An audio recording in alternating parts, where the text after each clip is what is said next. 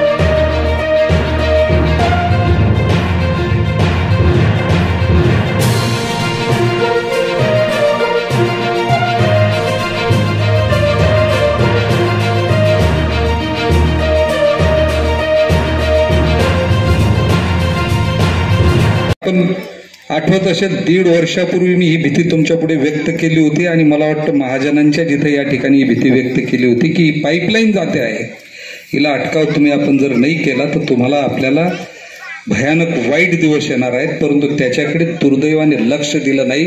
कुठलीही गोष्ट राजकीय दृष्टिकोनात समोर ठेवून ज्यावेळेस आपण काम करतो त्यावेळेस तुमचं आपलं नुकसान होणार नाही, परंतु पुढच्या पिढीचं नुकसान हे किती मोठ्या प्रमाणावरती होणार आहे याचं देखील आत्मचिंतन आणि आत्मपरीक्षण करणं हे गरजेचं आहे।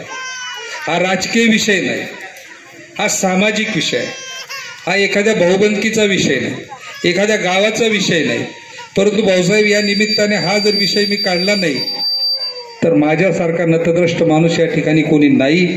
राजकारणात माणसं येतील, मतं मागतील, मतं मागून निघून जातील, परंतु तुमच्याबद्दलचं मत काय आहे हे लोकांपर्यंत जोपर्यंत पोहोचत नाही तोपर्यंत खऱ्या अर्थानं तुम्हाला आपल्याला याची जाणीव होऊ शकत नाही। आज काल मित्रो 100% धरण भरल्याशिवाय हे पाणी तुम्हाला आपल्याला मिळूच शकत नाही, याच्या इतकी दुर्दैवाची गोष्ट तुम्हाला आपल्याला कुठली नाही। अरे शेतीचं सोडा, पिण्याचं पाणी देखील करतो, समाजसेवा करू शकत नाही। काही माणसं नोकरी करत नाही, समाजसेवा करता, पण तुम्ही दोघं ताळमेळ जुळवले आणि त्याला आमच्या वहिनी साहेबांनी साथ दिली। आताच पाहिलं मी, वहिनी साहेब येत होती, तुम्ही सांगत होते तिकडे बसा, कारण की हे करणाराच माणूस समाजसेवा करू शकतो, नाही तर परिवारामध्ये जीव टाकणारा माणूस समाजसेवा करू शकत नाही. मित्रांनो, समाजसेवा करण्यासाठी परिवाराला त्याग करावा लागतो आणि परिवाराला त्याग करणारा समाजसेवा करतो, हेच सत्व आहे. आणि अशा पद्धतीने तुम्ही समाजसेवा केली. आताच डिगाभाऊंनी सांगितलं, मासुळे सरांनी सांगितलं की आपण खरोखर गरीब आहात. सर्वच आपला समाज, सर्वच जण गरीब आहोत. आपण बोटावर मोजणाऱ्यासारखे, त्रिंबक पैलवान सारखे, गोबानाना असतील, तानाजी अण्णा असतील, यांच्यासारखे बरेच ठराविक इथं हाके नानाच्या परिवारचे श्रीमंत असतील. बोचके बोटावर मोजणारे आपल्या प्रत्येक समाजामध्ये, एक दोन गावामध्ये एक दोन समाज हा श्रीमंत होता. आपण सर्वच गरीब होतो. पण कैलासवासी मधुभाऊसाहेबजी गर्दे यांनी पारखून दाजीसाहेबांच्या नेतृत्वाखाली या समाजाला पुढे नेण्याचं काम केलं. आणि त्याच पद्धतीने सोमानाना असतील, कमलाकर अण्णा असतील, भगवान बाबाजी असतील, सर्व स्टेजवर बसलेले जी मंडळी, पोपट तात्या असतील, आमच्यासारखे तरुण कार्यकर्ते असतील, आम्ही पण पारखलं की कोणी या समाजाला जर न्याय देणार असेल तर फक्त दाजीसाहेब आहेत. आणि अशा पद्धतीने आपला समाज आम्ही दाजीसाहेबांच्या पाठीशी ठेवण्याचं काम आपल्या नेत्यांनी केलं. आणि दाजीसाहेबांनी सुद्धा आपल्याला खूप देण्याचं काम केलं.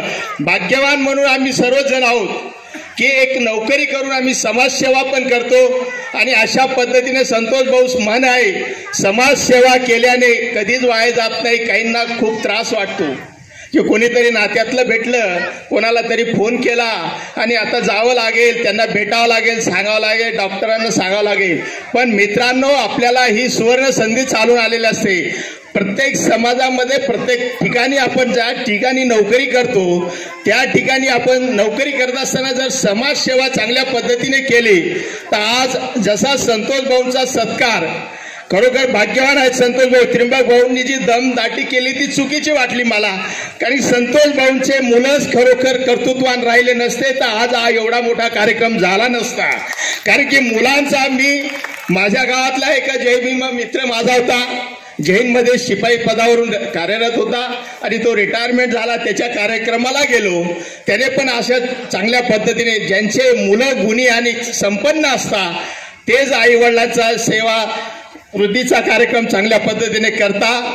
आणि त्यांना उत्साह असतो की आपला किती पैसा केला, माझ्या बापाने माझ्यासाठी केलेलं कष्ट आणि समाजासाठी झोकून दिलेलं योगदान हे खरोखर कर्तृत्वानं असतं. आणि अशा पद्धतीने त्या मुलांनी आणि वहिनी साहेबांनी तुम्हाला वेळोवेळी ती साथ दिली. आता तुम्ही म्हणता की वहिनी साहेबांना कुठं नेलं नसेल.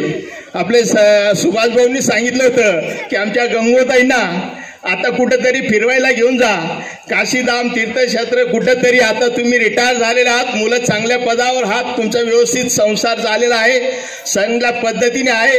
आता कुठंतरी धार्मिक तीर्थक्षेत्र आणि नातेवाईकां जिथं जिथं आपण गेलं नसत स्वतःहून जा आणि चांगल्या पद्धतीने काम करा. आणि तुम्ही खरोखर भाग्यवान आहात वहिनी साहेब, आणि तुम्ही पण चांगले काम केल्याचं फळ माणसाच्या जीवनात मिळत असतं. माणसाने पैसा किती कमवला पण त्यापेक्षा माणसं किती जोडले, समाजसेवा किती केली, प्रत्येक समाजाच्या जिव्हाळ्यात कुठे केला हे त्या ज्या माणसांनी ओळखलं तोच खरा लायबल असतो. आज काल 31 मेला पुण्यश्लोक अहिल्याबाई होळकर जयंतीच्या पार्श्वभूमीवर भाऊसाहेब रिटायर झाले आणि आज त्यांचा आपल्या गावामध्ये सेवापूर्ती सोहळ्याचा कार्यक्रम त्यांच्या तिघही चिरंजीवांनी आणि धरमराज बागुल त्यांच्या पुतण्यांनी या ठिकाणी हा कार्यक्रम घडून आणला. आपल्या वडिलांनी केलेलं कार्य या ठिकाणी धुळे ग्रामीणचे पाणीदार आमदार बाबासाहेब कुणालजी पाटील यांचं आगमन झालेलं आहे. त्या पैशांनी ते वाचून त्यांनी मुलाबाळांना शिकवलं.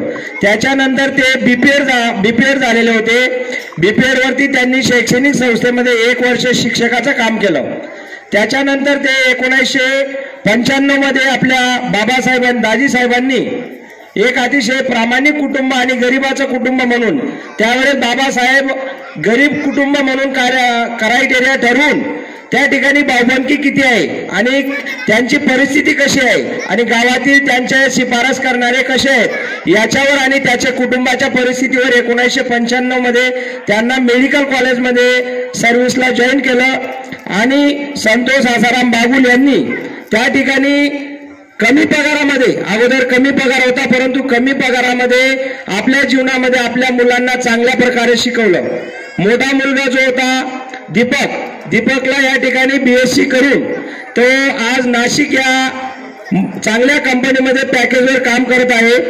त्याच्यानंतर दुसरा मुलगा हा सुद्धा BSc झाला आणि BSc झाल्यावर तो सुद्धा फार्मा कंपनी अंकलेश्वर या ठिकाणी अतिशय चांगल्या पदावर कार्यरत आहे. त्याच्यानंतर तिसरा जो मुलगा आहे योगेश, हा इंजिनियर आहे. योगेश हा इंजिनियर आहे आणि तो पुणे येथे इंजिनिअरिंगच्या चांगल्या कंपनीमध्ये काम करत आहे. अशा या ठिकाणी त्यांनी जव्हार सूतगिरणीमध्ये, त्याच्यानंतर जव्हार मेडिकलमध्ये काम करून आपल्या पगारातून काही पैसे वाचून तिघं मुलांना चांगल्या पदावर नेमण्याचं काम त्यांनी केलं. कारण आयराणी रिटायर होईनो आपला घर जेवण पुरणपोळ्या बनायलूत आणि तुम्ही हिला का म्हणे 2-2 म्हणतो काका तू इथलं चांगलं काम करीस म्हणे, तू जर अशी करशील कशी काय नाही भाऊ, इथला मोठा कार्यक्रम नाही व्हावं म्हणे. दादा तू फक्त घर बस, सर्व कार्यक्रम मी अटेंड मी करलेस, तू काही टेन्शन काय करू नको. बाबासाहेब कार्यक्रम करत असताना माझे काकाचं जर सांगायचं ठरलं, 700 रुपया महिन्याने मेडिकल कॉलेजमध्ये त्यांनी ड्युटी केली. 700 रुपये. बाबासाहेब आमच्या गावातला, आमच्या समाजाचा 80पर्यंत कुठलाही पेशंट जर गेला असेल त्या पेशंटला तिथं जाऊन त्या 700 रुपयाची सुद्धा चहा पाणी करून द्यायचे काका, पण कधीच चेहऱ्यावरती असं नाराजीने राहायचे. काका एकदम हालतीची परिस्थिती एकदम वाईट होती. माझ्या काका आजही आमच्या बागुल परिवारामध्ये कुठलीही कोणाची काही बाजू लढाई असो, तंटा असतो, नेहमीप्रमाणे न्यायाची बाजू अतिशय चांगल्या पद्धतीने माझ्या काका आजही मिटवतो आणि उदयही मिटवतो. बाबासाहेब खऱ्या अर्थानं आम्हाला वाटलं नाही होतं. माझ्या काकांनी 3 आंडो अतिशय इंजिनियर पद्धतीने चांगल्या पद्धतीने बनवलं. एका आंडोर इंजिनियर म्हणून पुण्याला आहे, त्याचा फ्लॅट स्वतंत्र आहे, काहीच वांधा नाही. नाशिकमध्ये एक अंडर इंजिनियर आहे, त्याच्याही फ्लॅट चांगल्या पद्धतीने, आणि एक अंडर ते नरेंद्र मोदीकडे द्यायचे बडोदालचे. तिन्ही अंडराचं एकदम पद्धतीने चांगलं आहे. बाबासाहेब असेच माझ्या काकासारखे असे अनेक संख्य राहिले तर इतके अंडर चांगल्या पद्धतीने घडवलो. आणि आमच्या बागुल परिवारामध्ये असाही काका जन्माला येऊ, आणि अजून असे काका रिटायर झालेला नाही अजून. काय बाबासाहेब ड्युटी रिटायर झाली, आमच्यामध्ये अजूनही रिटायर झालेला नाही. तसंच पद्धतीने काका रिटायर होण्याचं कारण म्हणजे आम्हाला खूप काही आहे, आणि काकाने आम्हाला सर्वांना असं काही शिकवलं आहे बाबासाहेब, तर भरपूर काही शिकवलं आहे. भरपूर काही बोलायचा वेळ आहे, पण बाबासाहेबांना वेळ नाही. याच्यानंतर बाबासाहेब बोलतील. मी माझं खाणं पिणं सर्व व्यवस्थित भेटेल आहे, त्यामुळे तुम्ही आजही एकदम तरुण दिसता. आणि एक गोष्ट खूप चांगली सांगितली धर्माने, की तुम्ही फक्त नोकरीमध्ये रिटायर व्हायले, तुम्ही आमनामध्ये रिटायर व्हायला नाहीत आणि होऊ देवात आम्ही तुमले कधीच. तुमले कायमस्वरूपी कार्यरत राहणं पडी. आपला गाव करता, आपला परिसर करता, सेवा देवाले सर्व आपला जेवढा नाता होता पेशंट राहतील त्यासले सर्वासले मेडिकल फाउंडेशनले ली जाईन, त्यासले सर्वासले चांगलं दुरुस्त करी परत घर जाणवणं काम आपले कायमस्वरूपी करत राहणं पडी. आज खूप मनाला समाधान वाटतंय की या ठिकाणी एखाद्या माणसाचं स्वप्न असतं की मी माझ्या आयुष्यामध्ये काय करावं नेमकं. आज तो किती मोठा माणूस जरी असला की किंवा एखादा साधा कामगार माणूस असला, त्याच्यापासून तर सर्वात मोठ्या उच्च पदावरती गेलेल्या एखाद्या मंत्र्याला सुद्धा हेच वाटतं की माझं आयुष्य चांगलं गेलं पाहिजे, माझ्या कुटुंबाचा नेटकं शरीरात चाललं पाहिजे, आणि माझी मुलं चांगले शिकून त्यांचं पुढे भविष्यामध्ये चांगलं झालं पाहिजे. हा स्वप्न प्रत्येक माणूस स्वतःच्या जीवनामध्ये बघत असतो. आणि आज जेव्हा धर्मा मला सांगत होतं की तिघही मुलं हे चांगले शिकले आणि तिघही मुलांनी त्या ठिकाणी BSc करून ते नोकऱ्यांना लागले, आणि एक मुलगा बडोद्याला, एक मुलगा पुण्याला, आणि तिसरा कुठे नाशिकला. म्हणजे बडोदा, पुणे आणि नाशिक तिन्ही प्रमुख शहरेस मग तुम्हाला उत्तराधिकारी तुम्ही धाडी फेरत. म्हणजे इतकं चांगलं आयुष्य माणसाला भेटतं.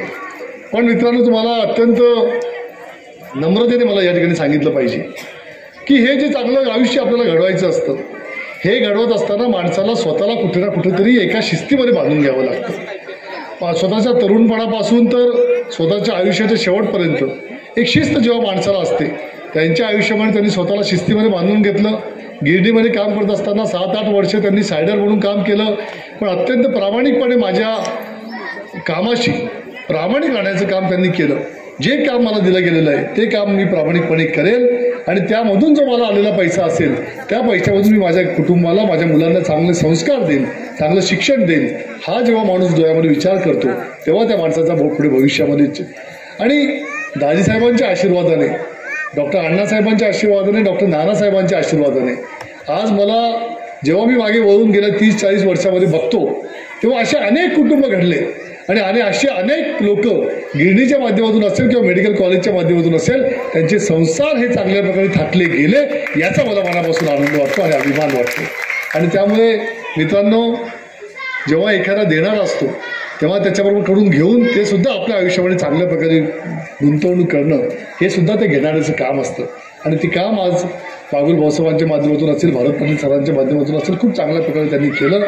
याचा आज मला विशेष आनंद या ठिकाणी वाटतोय.